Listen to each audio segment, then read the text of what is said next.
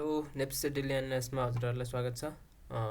आजको बजार चाहिँ केही नेगेटिभ भएर बन्द भएको छ। अब 2-3 दिन ग्याप पनि भयो, खासै चर्चा गर्नुपर्ने केही पनि विषय थिएन होइन। एज युजुअल बुलिस ट्रेन्डमा भएको मार्केट दिनदिनै नै कति बनाउनु भन्ने हिसाबले बनाइएन। तर आज चाहिँ अलिकति यो गिरावट देखेर पनि कति प्राय लगानीकर्ताहरू डराइरहनु भएको हुन्छ होइन। त्यो हिसाब चाहिँ के हो त भन्ने हिसाबले चाहिँ मेरो तर्क चाहिँ राख्न यहाँहरूप्रति उपस्थित भएको छु। आजको गिरावट चाहिँ -71.05 अङ्कको भएको छ। त्यो भनेको -2.40% हो इन्टायर नेप्से इन्डेक्सको। टर्नओभर हिजोको भन्दा अलिकति स्लाइटली बढेको छ, 15 अर्ब प्लसको आएको छ भने ट्रेडेड सेट चाहिँ 3 करोड प्लसको भएको छ है। सुरुवाती क्षणदेखि नै लोअर लो लोअर हाई लोअर लो लोअर हाई लोअर लो लोअर हाई बनाउँदै नेगेटिभ भएर चाहिँ बन्द भएको छ। अब 12वटा गेनमा पनि तपाईँको प्रायः सबै आइपिओ कम्पनीहरू छन्। त्यसमा पनि सिवाइसिएल, एसओएचएल, एसएपिटिबिएल चाहिँ यिनीहरू चाहिँ एज युजुअल रेगुलर स्टकहरू परेका छन् है। टप लुजर्सकै युएनएलबी, एचडिएचपिसी, अभिएन, एमएचएनएल परेका छन्। टर्नओभरको कुरा गर्नुहुन्छ भने रिदी, एनजिपिएल, एसओएचएल, शिवम, एनएचपिसी छन् भने भोल्युमकै कुरा गर्नुहुन्छ रिदी, केबिएल, एनएचपिसी, एनजिपिएल, अपी छ है त। ट्रान्ज्याक्सनमा पनि यिनी नै छन्। इन्डेक्समा चाहिँ हेरौँ के कस्तो रहेछ भनेर। आजको गिरावटमा धेरै योगदान पुर्याउने भनेको चाहिँ फाइनेन्स रहेछ। त्यसपछि भनेको इन्भेस्टमेन्ट देखियो, अनि डेभलपमेन्ट ब्याङ्क, अनि ब्याङ्किङ, हाइड्रो पावर सबै लगभग 2% भन्दा बढी घट्दाखेरि म्यानुफ्याक्चरिङ चाहिँ -1% मात्रै रहेछ। अनि म्युचुअल फन्ड है त, यो रहे चाहिँ सामान्य यो गतिविधि। अब चाहिँ चार्टतिर लागौँ के कस्तो देखिया छ भन्ने। त्योभन्दा अगाडि चाहिँ फ्लोट सिटहरू हेरौँ है त। फ्लोट सिट हेर्दाखेरि चाहिँ आजको बाइङ र सेलिङ चाहिँ के कस्तो रहेको छ भन्दाखेरि हेर्दाखेरि फ्लोट सिट चाहिँ पोजिटिभ छ है। हेर्नुहोस् फ्लोट सिटमा चाहिँ के छ भन्दाखेरि 58 ब्रोकरले किनेको छ, 34 किनेकै छ, 42 किनेकै छ, 45 केही बेचेको छ, किनेको छ किनेको छ किनेको छ।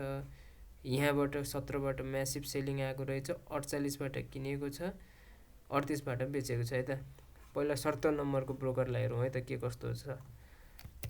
70 नम्बरको ब्रोकरबाट चाहिँ एनजिपिएल, शिवम, सिबिबिएल, एनएससिएसिए, एसबिएल, युपिसिएल यस्ता कम्पनी बेचेको रहेछ।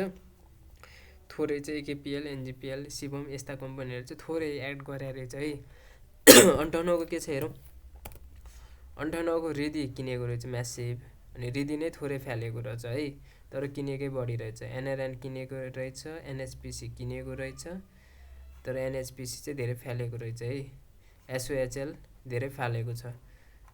अब अर्को 42 लाई हेरौँ के छ। 42 रिदी किनेको रहेछ, आज धेरै म्यासिभ उठाएको रहेछ। एसओएचएल थोरै थप्या रहेछ, अपी किनेको रहेछ, सर्वोत्तम किने रहेछ है। त्यस्तै एसओएचएल, एनजिपिएल, केबिएल चाहिँ फ्यालेको रहेछ। 45 लाई हेरौँ। एचआरएल, एनआइसिएससी, एसओएचएल किन्दाखेरि शिवम, एचआरएल, एनआरएन फ्याले रहेछ। अब त्यस्तै गरेर 34 लाई हेरौँ।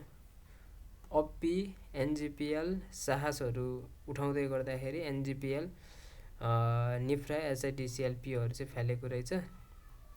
अब यो सँगसँगै अब चाहिँ चार्टतिर जाउँ। चार्टमा चाहिँ के कस्तो छ। एउटा मेजर हाम्रो चाहिँ ट्रेन्ड लाइन चाहिँ ब्रेकडाउन गरेको छ है। यो चाहिँ नेगेटिभ हो बजारको लागि। तर यस्तो भन्दै गर्दाखेरि यो एउटा मात्रै आधारभूत मात्रै हेरेर चाहिँ हामीले ट्रेडलाई लिनु हुँदैन। फर्स्ट भनेको हाम्रो क्यान्डललाई हेरेर जज गर्नु पर्यो। क्यान्डलले चाहिँ आज क्लियर कट सेल दिएको हो है। आज सेल केही बुक गर्न पाउनु भएको छैन भने चाहिँ भोलिको दिन चाहिँ बुक गर्नु होला भन्ने हिसाबले यसले देखायो है। प्योर बुलिस के अरे बेरिस माराबुजे क्यान्डल बनाएको छ। यहाँ भन्दै गर्दाखेरि चाहिँ यो एउटा ट्रेन्ड लाइन फेरि है, यो ट्रेन्ड लाइनको आसपासमा आएर बन्द भएको छ है। अन्टिल एन्ड अनलेस यही एरियाभन्दा तल ब्रेकडाउन गर्दैन तपाईँहरू चाहिँ आत्तिनुपर्ने अवस्था छैन। हेर्नुहोस् भोलिको दिन एउटा बााउन्स दिन्छ भन्ने मैले आशा राखेको छु। यदि दिन सकेन भने पनि हामीसँग यो जोन चाहिँ एउटा डिमान्ड जोन छ। यो एरियासम्म आएर फर्किन सक्ने प्रबल चान्स हुन्छ। यहाँसम्म आउँथ्यो भन्ने खालको चाहिँ कसरी सिम्पटम्स पनि आएको थियो भन्दाखेरि तपाईँको यहाँनिर एउटा ग्याप बनाएको थियो, त्यस्तै गरेर एउटा सानो टाइम फ्रेम सानो ग्याप त यहाँ पनि बनाएको थियो क्या। त्यो ग्यापलाई चाहिँ फुलफिल गर्न आएको हो भन्ने हिसाबले पोजिटिभ बुझ्न सक्यो। तर अब आजको गिरावटमा के कारणले गिरावट भयो भन्ने कुरा तपाईँहरूलाई पनि थाहा होला। राजनीतिक अस्थिर केही पनि हुनेवाला छैन। अब जे हुनु थियो सबै कुरा भइसकेको छ है। हामीले स्थिर सरकार पनि पाइसकेका छौँ 5 वर्ष कार्यकालको लागि। अब यो छोटोमोटो यो घटनाहरू भन्ने कुरा चाहिँ यो जे हुन्छ मार्केटलाई चाहिँ अब चाहिँ अपरेटरले अथवा ठुलो इन्स्टिट्युसनले चाहिँ अब खरिद गर्नेकै अवसर लिन्छन् क्या। त्यो त हामीले फ्लोर सेटमा देख्यौँ नि त होइन। फ्लोर सेटमा त प्रायः ब्रोकर हाउसमा त बाइङ प्रेसर चलिरहेछ। त्यो हिसाबले चाहिँ हामी रिटेलरहरूले पनि हामी साना लगानीकर्ताहरूले पनि के गर्नु पऱ्यो भन्दाखेरि यो अवसरलाई चाहिँ किन्ने अवसर लिनु पऱ्यो क्या। भोलिको एक दिन यो ट्रेन्ड लाइन ब्रेक गर्छ भने केही पोइन्ट अझै तल आएर जान सक्छ माथि है। तर अन्टिल एन्ड अनलेस यो डिमान्ड जोनभन्दा तलतिर जाँदैन तपाईँ आत्तिनु पर्दैन है। योभन्दा तल गयो भने चाहिँ तपाईँले आफूले आत्तिनु पर्यो।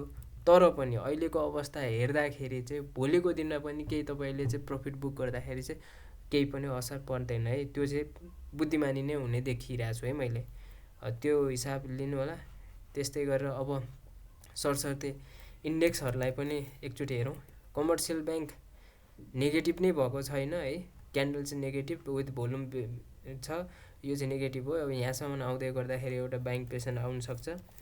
डेभलपमेन्ट ब्याङ्क यो एरियाभन्दा ब्रेकआउट डाउन गरेको छ, अब यो एरियासम्म आउँछ भन्ने हो। हेरौँ के हुन्छ। फाइनेन्स अब यो ट्रेन्ड लाइनसम्म चाहिँ आउनुपर्ने हो। यो एउटा ग्यापमा आएको छ, भोलिको दिन चाहिँ बाउन्स दिन्छ कि भन्ने छ। हेरौँ के हुन्छ है। यो पनि होटेल पनि एउटा डिमान्ड जोनमा आइरहेको छ है।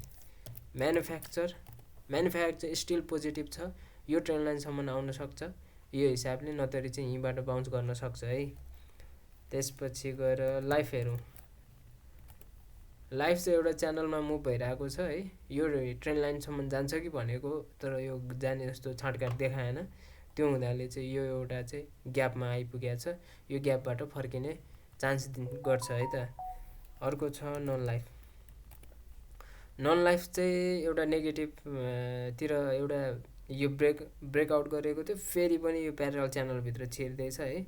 यो चाहिँ पोजिटिभ सिग्नल होइन। अर्को अदर्स एउटा अब डिमान्ड जोनतिर आउँदैछ। यहाँ तल आउँदाखेरि चाहिँ किन्ने अवसर हेर्नु होला। माइक्रो हेरौँ। माइक्रो पनि अब भित्रतिर घुसिसकेको छ, त्यो हिसाबले चाहिँ अब केही दिन चाहिँ वेट गर्नुहोस्। अब तपाईँले यो एउटा यो ग्यापसम्म चाहिँ आउन सक्छ कि भन्ने भइसकेको छ, त्यही भएर यो ग्यापसम्म वेट गर्नुहोस् है।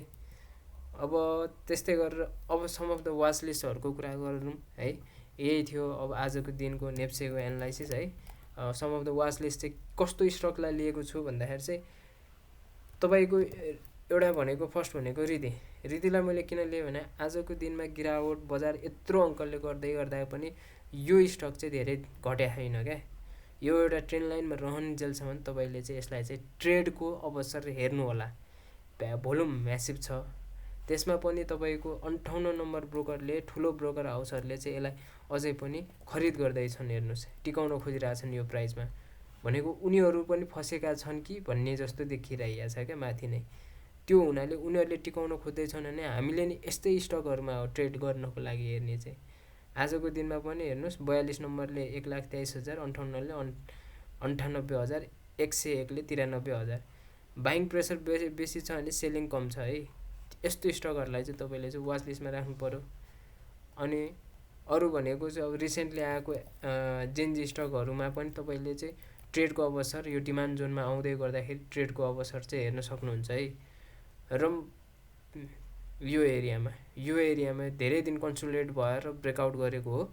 यही एरियामा आउँदै गर्दाखेरि तपाईँले फेरि पनि उठाएर चाहिँ यस्तो स्टकहरूमा चाहिँ ट्रेड लिन सक्नुहुन्छ है। अर्को भनेको तपाईँको युएनएसपिएल किन लिएको छु, यो रिसेन्ट स्विङ हाईलाई चाहिँ ब्रेकआउट गरेको थियो है। ब्रेकआउट गरिसकेपछि यहाँनिर तपाईँको नेगेटिभ क्यान्डल बनेको छ, तर यहीँबाट चाहिँ बाउन्स गर्ने चाहिँ प्रबल चान्स छ। यसमा कन्टिन्युसली 62 नम्बरको ब्रोकर लागिरहेको छ है। आज पनि 62ले नै म्यासिभ बाई गरेको छ। ओभरअलको तपाईँको 27% एउटै ब्रोकरले बाई गरिरहेको छ है। त्यो हुनाले यो स्टकलाई नै हेर्नु होला। अर्को रहेको छ एसवाई प्यानल सँगसँगै एसएआइएल पनि चल्ने प्रबल देखिन्छ है। अनि त्यसपछि अरू स्टकहरू एएलबिएसएल भन्ने छ है माइक्रोबाट। यसलाई किन लिएको छ भन्दा यो स्विङ हाईलाई ब्रेकआउट गरेर मासतिर गएको अवस्थामा यहाँ अझै पनि बाइङ प्रेसर देखियो भने चाहिँ यसमा चाहिँ राम्रो चान्स एउटा ट्रेडिङको अपर्च्युनिटी हुनसक्छ। हस् त यति नै थियो होइन। अब भोलिको दिनमा पनि अझै पनि सेलिङ देखिन्छ भने प्रफिट बुक गर्नु नै बुद्धिमानी देखिन्छ। अब यो एरियामा आउँदै गर्दाखेरि चाहिँ तपाईँले केही पोर्सन एड गर्न सक्नुहुन्छ। अनि अर्को भनेको त हामीसँग यहाँनिरको ग्याप छ, ग्यापमा चाहिँ सकभर नआउला भन्ने हो। तर अलिकति यो आन्दोलन यो त्यो भन्ने हिसाब यो अलिअलि गाईँ सुन्यो भने चाहिँ त्यसमा चाहिँ डाउट गर्न सकिन्छ कि अझै पनि तल आउन सक्छ भन्ने हिसाबले त्यो हेरिन्छ। तर यही मौकामा चाहिँ तपाईँको ठुलो लगानीकर्ताहरूले चाहिँ अवसर यहीँ चाहिँ यही मौकामा हो तपाईँले खेर्न सक्ने भनेको उनीहरूलाई चाहिएको किता चाहिँ लुट्न सक्ने या उनीहरूले पोको पार्न सक्ने ठाउँ चाहिँ यही नै हो। त्यो हिसाबले हामीले पनि भएको क्यास बरु राख्नुभन्दा राम्रो फन्डामेन्टली स्टकहरू अनि त्यसपछि आरएसआई मन्थली आरएसआई 60 भन्दा माथि भएको स्मुथ एमएलआई क्रसओभर गरेको त्यस्तो स्टकहरू चाहिँ अबको दिनमा चाहिँ किनेर राख्दा बुद्धिमानी देखिन्छ। हस् त, see you in the next day guys, happy trading, good by.